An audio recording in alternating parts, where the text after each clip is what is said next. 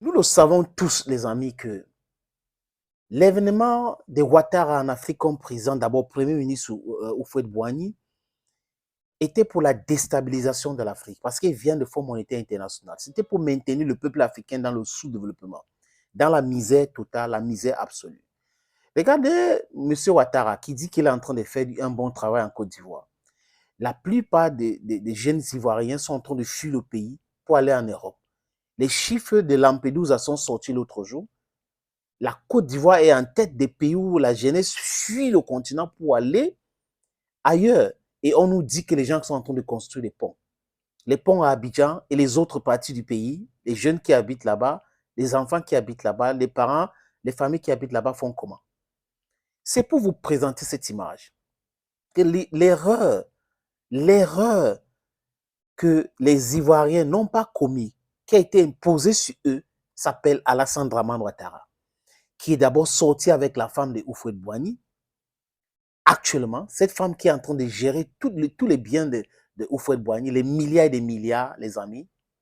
Monsieur Ouattara, qui est président de la République, qui gère aujourd'hui les chaînes privées.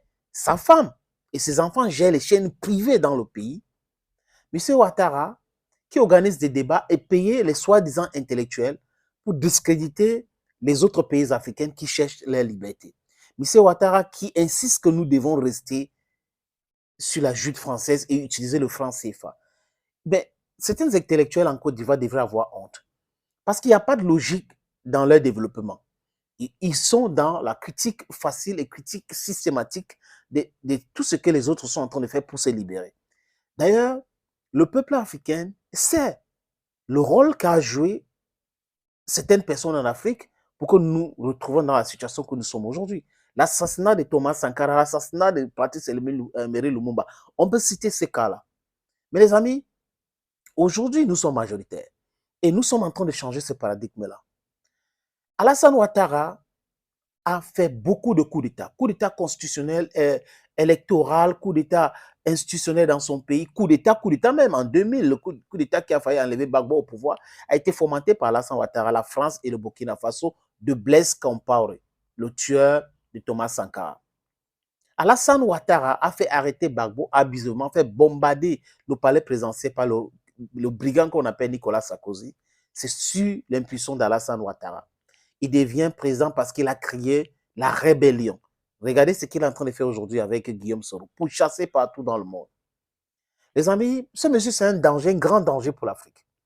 Il a échoué dans son plan de déstabilisation du Niger ou d'amener la CEDEAO à aller faire la guerre au Niger pour réinstaller le voyou qu'on appelle Bazoum. Mais ça n'a pas prospéré, ça ne va jamais prospérer, les amis, parce que les enfants d'Afrique sont debout. Et la signature de cette organisation, le traité entre ces trois pays, le Niger, Burkina Faso et le Mali, dans cette organisation appelée AES, est en train de déranger Alassane Ouattara et ça dérange la France. Parce qu'on est en train d'aller vers la cessation de l'utilisation des francs CFA, la dénonciation totale de tous les accords et l'abandon même de la langue française comme langue officielle de ces différents pays-là. C'est de ça qu'il est question aujourd'hui. Parce que nous ne pouvons pas être indépendants si nous continuons à se faire malmener par ces gens-ci. On n'a pas notre langue, on n'a pas notre identité. On n'a pas notre système éducatif qui est propre à nous. On ne peut pas prétendre être libre. On ne peut pas être libre sans avoir notre monnaie, sans avoir le pouvoir médiatique, sans avoir le pouvoir éducatif, sans avoir le pouvoir alimentaire, donc l'autosuffisance alimentaire. Nous ne pouvons pas. Au nom de quoi nous importons la nourriture de l'Europe alors que nous avons des terres arides ici chez nous. On peut cultiver. Pourquoi est-ce qu'on ne mécanise pas notre agriculture? Pourquoi est-ce que l'Europe ne nous encourage pas à mécaniser notre agriculture? Pourquoi l'Europe nous empêche de mécaniser notre agriculture? Regardez ce que l'Inde est en train de faire. Quand l'Inde vient ici, l'Inde entre nous encourager pour mécaniser notre agriculture, pour pouvoir avoir de quoi manger. Parce que le ventre affamé n'a point d'oreille. C'est ça. Ils ont profité de ça pour déstabiliser l'Afrique, pour continuer à nous appauvrir, pour nous maintenir dans le sous-développement. Mais aujourd'hui, même avec la famine, nous voulons nous libérer. On est prêt, on est résilient. C'est de ça qu'il est question, les amis.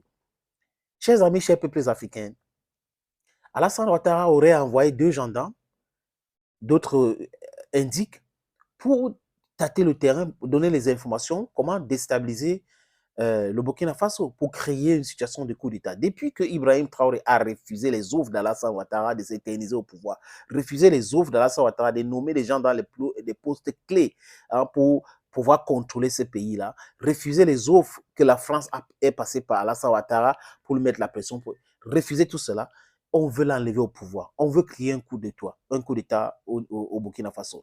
Heureusement, le peuple burkinabé a dit non.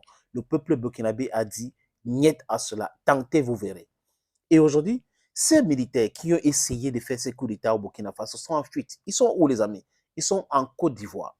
Rappelez-vous des 49 ou 46 soldats ivoiriens que Ouattara avait envoyés pour aller faire un coup d'État, hein, ou assassiner même un président, Assimi Goïta, on les avait arrêtés. Et ça avait créé cette tension où c'est le Togo et tout ça. Et Yadema qui avait négocié leur libération. Et Gbagbo même avait proposé ses services parce qu'il avait ses contacts du côté du Mali. Aujourd'hui, c'est exactement la même chose. Ces deux gendarmes ont été arrêtés. Ça croit que Alassane Dramane Ouattara utilise les forces de défense et de sécurité de la Côte d'Ivoire pour les transformer en mercenaires. L'armée ivoirienne n'est pas une armée de mercenaires. C'est une armée, je répète, l'armée ivoirienne n'est pas une armée de mercenaires. C'est une armée digne, les amis. I'm English speaking at times, you can have a slip of tongue. C'est une armée digne. Et cette armée ne doit pas être utilisée pour la déstabilisation de l'Afrique. Regardez comment l'armée ivoirienne est humiliée. Humiliée parce qu'ils écoutent les ordres d'un monsieur qui est là pour l'intérêt de la France, qui est là pour l'intérêt des États-Unis, qui est là pour l'intérêt de l'impérialisme. Je vous ai dit, il a fréquenté aux États-Unis. Il a travaillé au Fonds monétaire international. Donc, il a été moulé pour la déstabilisation. Il a été moulé pour maintenir le peuple africain dans le sous-développement, sous le contrôle des Occidentaux. C'est le travail d'Alassane Dramane Ouattara. Donc, il peut détourner autant de milliards qu'il veut. Il peut abuser tout le monde. Il peut abuser la Constitution. Il peut abuser les institutions. Il peut abuser l'armée. Et la France et les États-Unis, l'Occident vont applaudir. Mais je vous le dis, les amis, le vrai peuple ivoirien, je répète encore, la vraie jeunesse ivoirienne est en train de se préparer et il aura ce qu'il est en train de chercher là, Alassane Dramane Ouattara. Très bientôt, hein, ça ne va pas tarder, très bientôt. Cet Alassane Ouattara là, il va comprendre le message que nous sommes en train de lui passer là. Parce qu'il pense que le peuple africain est dupe. Il veut déstabiliser le Burkina Faso, il veut déstabiliser le Mali, il veut déstabiliser le Niger. Et aujourd'hui, les autorités burkinabées ont arrêté ces gendarmes-là. Et les militaires qui voulaient faire un coup d'État au Burkina Faso sont fuis pour aller en Côte d'Ivoire. On fuit, je vous l'ai dit. Voilà, on fuit pour aller en Côte d'Ivoire. Ils fuient pour aller en Côte d'Ivoire. Pourquoi Ouattara ne les a pas arrêtés pour les renvoyer au Burkina Faso? Non, il n'a pas fait. Parce qu'ils sont pour, et ce sont eux qui ont infiltré l'armée burkinabé pour pouvoir payer ces gens-là, pour créer cette situation de confusion, créer des tensions et déstabiliser le Burkina Faso. Oui, la France et la Côte d'Ivoire seraient derrière cette tentative manquée de coup d'État au Burkina Faso. Et les autorités burkinabées doivent être claires, dures et sévères avec les Ivoiriens. Je parle des autorités ivoiriennes parce que le peuple ivoirien n'a rien à voir dans ces brouhahas-là. Ces brouhahas ont été créés par Alassane Dramane Ouattara sous l'impulsion de la France. Et lui, il est devenu le meilleur élève de la France et le boy de Emmanuel Macron. C'est le messager d'Emmanuel Macron aujourd'hui, les amis. Nous voyons tout cela. Un vrai Ivoirien devrait arrêter ces militaires-là en renvoyer en Côte d'Ivoire. Mais les amis militaires burkinabés, tenez-vous tranquille. L'Afrique vous regarde. L'Afrique va détecter les traîtres en votre sein qui veulent empêcher le développement du Burkina Faso. Et aujourd'hui, on nous parle de l'insécurité au Burkina Faso et de l'insécurité au Mali. Cette insécurité est créée de toutes pièces par Ouattara et les amis de la France en Afrique et la France elle-même. Cette insécurité est créée par ces gens-là qui financent ces groupes de bandits, de voyous. Qui financent? Heureusement que l'ambassade de la Russie est encore là et que les Russes sont en train de donner des informations utiles. Et c'est comme ça qu'il faut le faire. Il faut les frapper fort, il faut les déstabiliser encore davantage. Et les militaires ivoiriens qui vont tenter d'entrer et d'infiltrer pour déstabiliser le Burkina Faso, on doit les traiter comme des voyous, on doit les traiter comme des bandits, parce que des vrais militaires ivoiriens ne vont pas faire cela. J'ai beaucoup de respect pour l'armée ivoirienne parce que c'est une armée qui protège son peuple. Mais cette armée aujourd'hui est infiltrée par des gens qui n'aiment pas la Côte d'Ivoire. C'est pour cette raison qu'on peut voir des forces armées ivoiriennes arrêtées ici, arrêtées au Mali, arrêtées au Burkina Faso. Vous croyez que c'est normal? C'est digne ça, d'une armée africaine, d'un pays, un micro-État africain? Ce n'est pas du tout sérieux. Ce n'est pas du tout sérieux, les amis. Donc, que Ouattara arrête, que la France arrête, partez chez vous, concentrez-vous sur la France, développez votre pays, signez des accords gagnant-gagnant avec les pays africains, que de chercher à signer des accords perdant-gagnant, et vous pensez que ça va durer toute une éternité. C'est du n'importe quoi, ça ne peut pas durer toute une éternité. Nous sommes, les amis, je suis très en colère quand je parle de l'Afrique, parce que j'adore l'Afrique. C'est tout ce qui nous reste.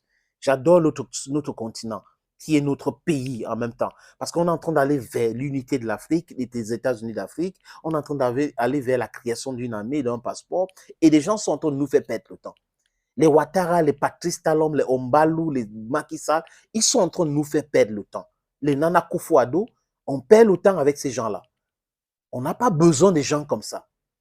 Et des jeunes dans ce pays que j'ai cité, je suis sûr qu'ils sont en train de se préparer pour surprendre ces gens-là qui sont des vassaux, qui sont des agents commerciaux de l'impérialisme, qui ne veulent pas que l'Afrique se développe, qui ne veulent pas que l'Afrique avance.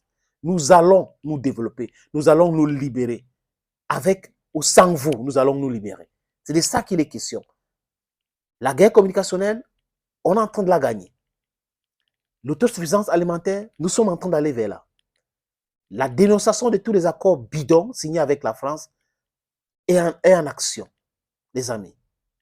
C'est de ça qu'il est question. Nous sommes en train de réécrire l'histoire de l'Afrique et Ouattara veut nous empêcher. Ibrahim Traoré n'a rien demandé à Ouattara, n'a rien demandé à la France. C'est le peuple burkinabé qui le soutient et le Burkina Faso appartient aux Burkinabés et aux Africains. Le Niger appartient aux Nigériennes et aux Africaines. Le Mali appartient aux Maliennes et aux Africaines. Le Gabon appartient aux Gabonais et aux Africaines. Le Comore appartient aux Comoriennes et aux Africaines. Madagascar appartient aux Malgaches et aux Africaines. Ghana is for Ghanaians and for Africans. Nigerian for Nigerians and for Africans. It is like that. Kenya is for Kenyans and for Africans. South Africa is for South Africans and for Africans. Tanzania is for Tanzanians and for Africans. Il faut faire très attention. La jeunesse africaine aujourd'hui, ce n'est pas la jeunesse africaine d'hier qui avait peur du blanc, qui avait ses complexes du blanc. Ça n'existe pas aujourd'hui.